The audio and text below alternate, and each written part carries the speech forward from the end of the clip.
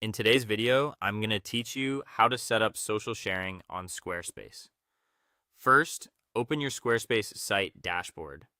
Log in and choose the site you want to work on, so you're looking at the home menu. This is your command center, and everything we need is right here.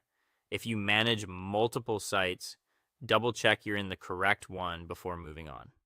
Next, head to your social or marketing related settings. Depending on your template and version, you'll typically find these under marketing, then social links, social accounts, or sharing. The exact wording can vary, but you're looking for the place where Squarespace lets you connect and manage social platforms and set your default sharing options. Now connect the social media accounts you want to use with your site. Click Connect Accounts, choose platforms like Facebook, Instagram, X, LinkedIn, or Pinterest, and authorize Squarespace to post on your behalf. Make sure you grant the necessary permissions so shares and previews work correctly.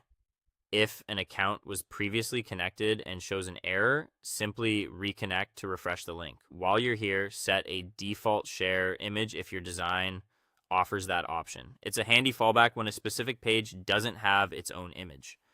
Create the content or page you want to share. This could be a new blog post, a featured page, a product, or a portfolio item. Give it a clear title, compelling body content, and make sure it's saved. Think about the audience you'll reach on social media and write with that in mind. Short, benefit-focused openings work well when the link is shared. Add the correct social sharing details like the image and description.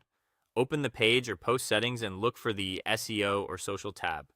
Upload a high-quality image that looks crisp at common share sizes, ideally around a 1.911 or square ratio, and keep file sizes efficient. Write a concise description that highlights the value of your content and encourages clicks. Keep it clear, specific, and aligned with your brand voice. Preview how the post will appear on social media.